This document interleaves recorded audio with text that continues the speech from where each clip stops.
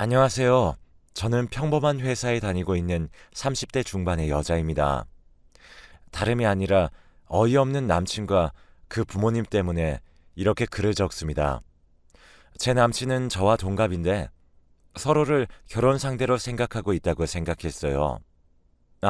그 전에 남친은 아직 무직입니다. 계속 7급 공무원 준비를 하고 있는데 좀처럼 붙질 않네요. 아무튼 저희는 대학에서 동기로 처음 만났고 그때 서로의 학점은 비슷했어요. 늘 남친은 저보다 자기가 더 학점이 높다고 자부하지만요.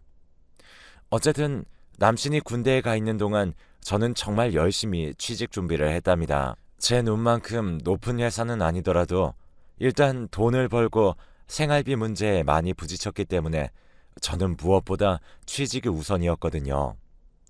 그래서 그 어렵다는 취직에 결국 성공했죠. 졸업하자마자 취직해 어느덧 회사 생활을 한 지 10년이나 흘렀네요. 그동안 남친은 눈을 낮추지 못했는데 계속 제 회사를 험담하고 결국 오랜 시간 동안 취직을 하지 못했습니다. 남친이 대학을 졸업하고 몇 년은 부모님 집에서 얹혀 살다가 부모님들께서 답답하셨는지 독립을 시키셨어요. 그래서 저는 알바 한 번 하지 않는 남친을 데리고 거의 5년을 같이 살고 있답니다. 그동안 생활비는 당연히 제가 냈고 갖고 싶은 거, 먹고 싶은 거 전부 부족하지 않게 해줬어요. 그리고 무엇보다 남자친구 기를 죽일까 항상 응원해주고 예민한 시기에도 제가 많이 받아줬습니다. 저는 이제 더 좋은 회사로 스카우트 제의를 받아 이직을 준비하는 중인데 그런 저를 보고 남친이 질투를 했습니다. 말로 하진 않았지만 대기업도 아닌데 무슨 이직이냐며 매일 구박하네요. 어느덧 나이도 30 중반인데 저는 그와 결혼을 생각 중이지만 아무래도 남친은 모아둔 돈이 한 푼도 없으니 결혼은 꿈도 못 꾸죠.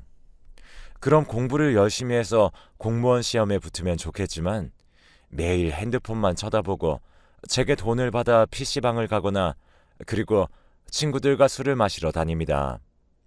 정말 일주일에 한 번 책상에 엉덩이를 붙일까 말까 해요.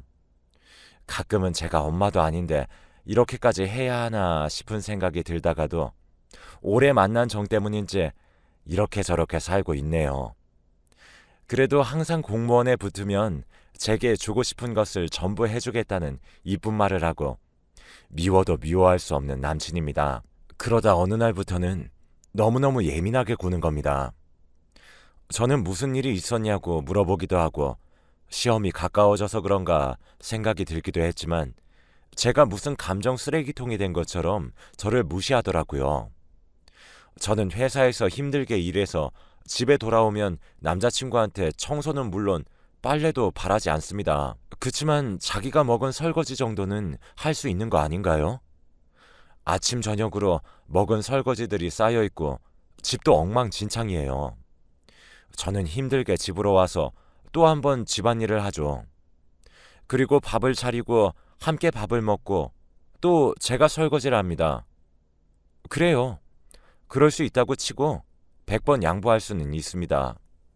그런데 최근에 남자친구가 밖에 나가는 날이 잦아지기 시작했는데 저는 공부해야 될 사람이 매일같이 나가고 제 돈을 받아가고 하는 모습들이 되게 미웠어요.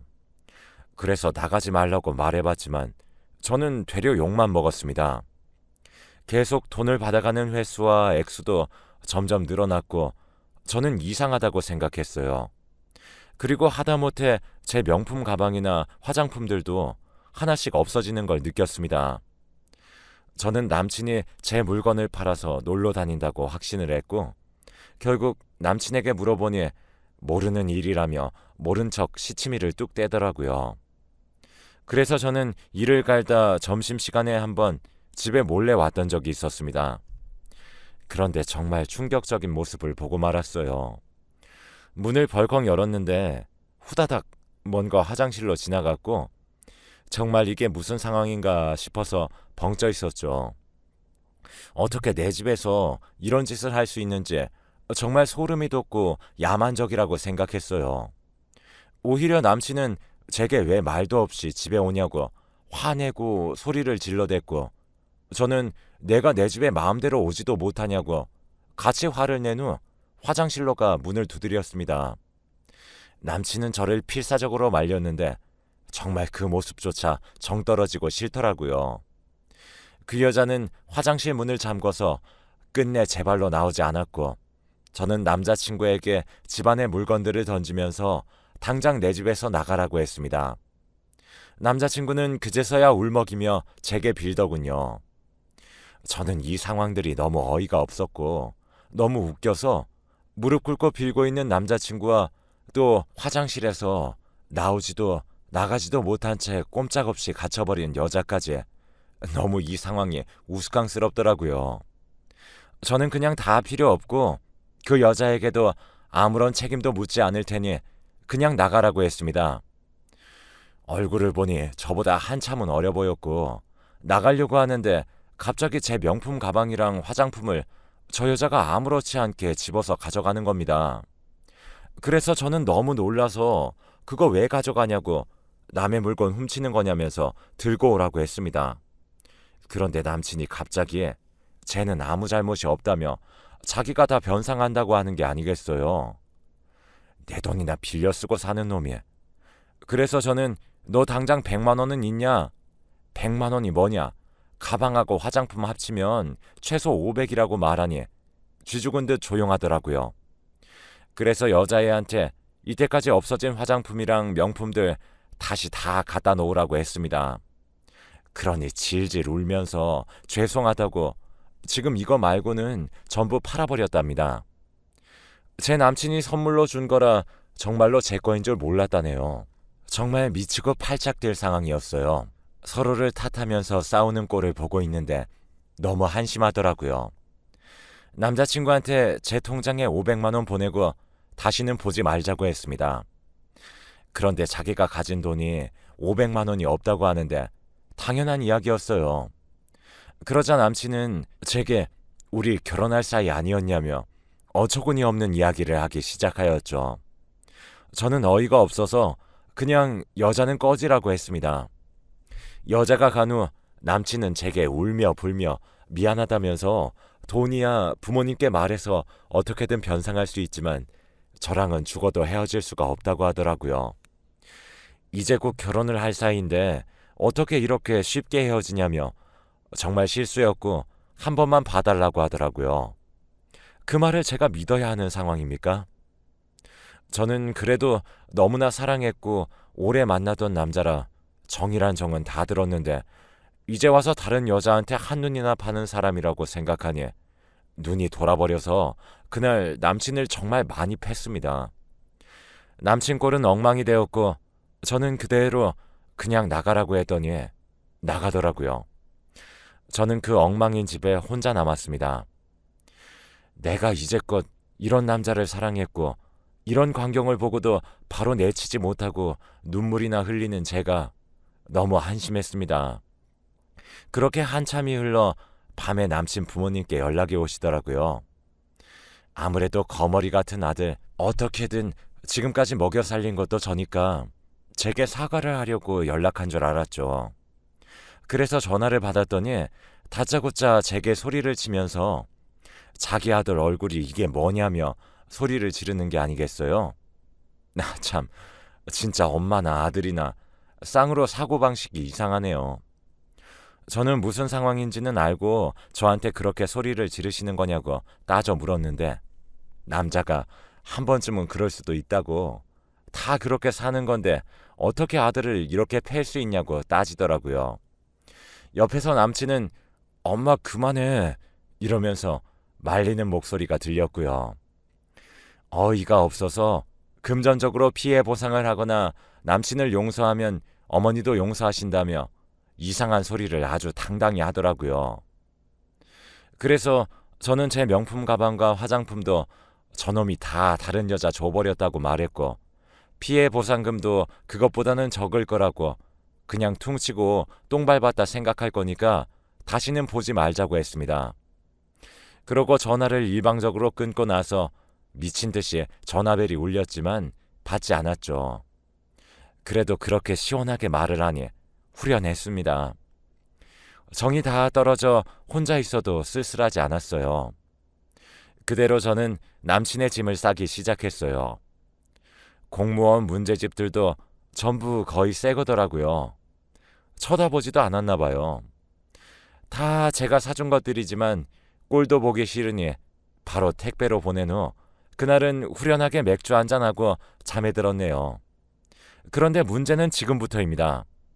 얼마 전까지만 해도 저한테 화를 내시던 남친의 어머니가 저를 찾아와서는 반찬을 주시더라고요.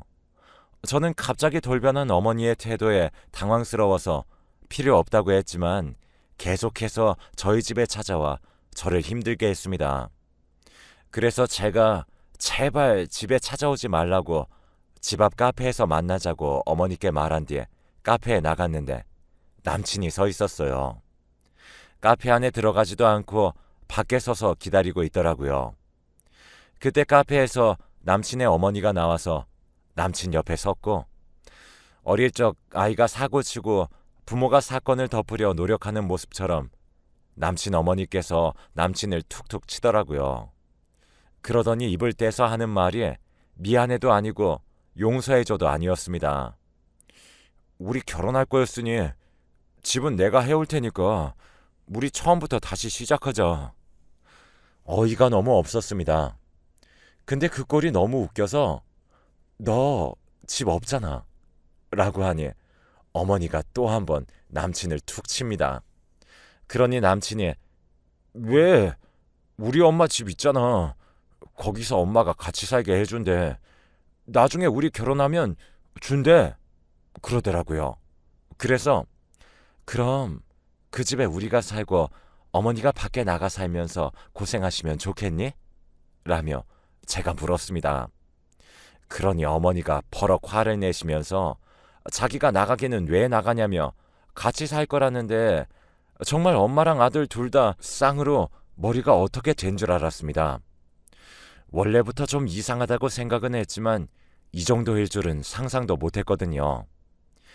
결혼 전에 남친이 바람을 펴서 다행이라고 생각했죠. 그래서 저는 너랑 결혼은 꿈에도 없고 제발 찾아오지 말라고 똑똑히 말했습니다. 그러니 어머니가 당연히 참으실 분이 아니죠. 이 정도 했으면 충분했지 않냐.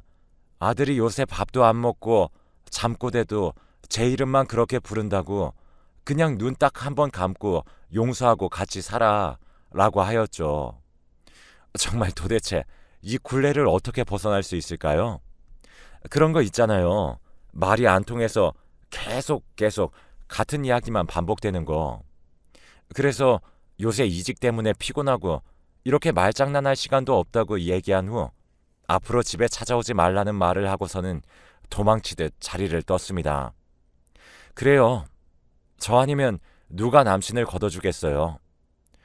어머니는 그렇게 생각하면서 저를 붙잡으시려고 하시는 거겠죠. 그 이후로 이상하게도 잠잠했습니다.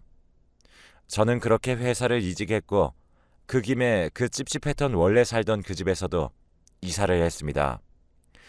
남친은 매일 연락이 와서는 어디 있냐고 제게 물었고 저는 답장하지 않았는데도 정말 끈질겼어요. 그렇게 연락도 점점 뜸해지고 저도 새롭게 인생을 살다가 회사에서 서로 관심을 가지게 된 선배가 생겼고 그렇게 저희 둘의 사이는 점점 발전했습니다. 사귀는 사이는 아니었지만 행복했어요. 이런 게 연애인가라는 생각이 들기도 했고 저에게 너무나도 잘해주는 선배 덕분에 그 전 남친은 꿈에도 까먹은 채 살고 있었는데 예전에 해외 배송시켰던 물건이 이전 집으로 배달이 됐다는 사실을 알고 선배의 차를 탄 후 예전에 살던 동네로 갔습니다.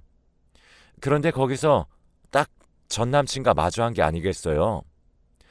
선배와 저는 택배물을 찾고 제가 알고 있는 근처 맛집으로 갔는데 어떻게 저희를 봤는지 저를 딱 보고는 전 남친은 바로 가게로 들어왔습니다. 그러고는 선배 멱살을 잡고는 이 새끼 누구냐며 욕이란 욕은 해대길래 저는 말리다 바닥으로 고꾸라졌네요. 선배는 전 남친을 뿌리치고는 저를 부축했습니다. 전 남친은 혼자 분에 못 이겨 어딜 손대냐며 씩씩거렸죠. 이 나이에 이런 일이 생긴 게 너무 부끄럽고 한심했고, 그 뒤로 전 남친은 네가 날 버리니까 일단 삼류랑 만나고 있지 라고 소리를 지르더라고요. 그렇게 손님들과 사장님 모두 저희를 말렸고, 선배에게 이런 모습을 보인 게 너무 창피했습니다. 그리고 이런 놈을 뭐가 좋다고 만난 제가 너무 미웠고, 선배의 차에 타고 집에 데려다 주는 길에 선배가 무슨 일이냐 묻자 저는 예전에 있었던 일들을 얘기했습니다. 분명 전 남친에게 미련이 남아있는 것이 아니었는데 눈물을 흘리면서 말하니 선배는 저를 살며시 안아주고 앞으로는 그런 일 생기지 않게 해주겠다고 제게 사귀자고 고백을 했습니다. 정말 믿을 수가 없었어요. 이런 제 모습을 보고도 제게 고백을 하는 선배에게 한 번 더 감동받았습니다. 저는 그렇게 집에 도착했고 선배도 저를 태워주고는 집으로 갔습니다.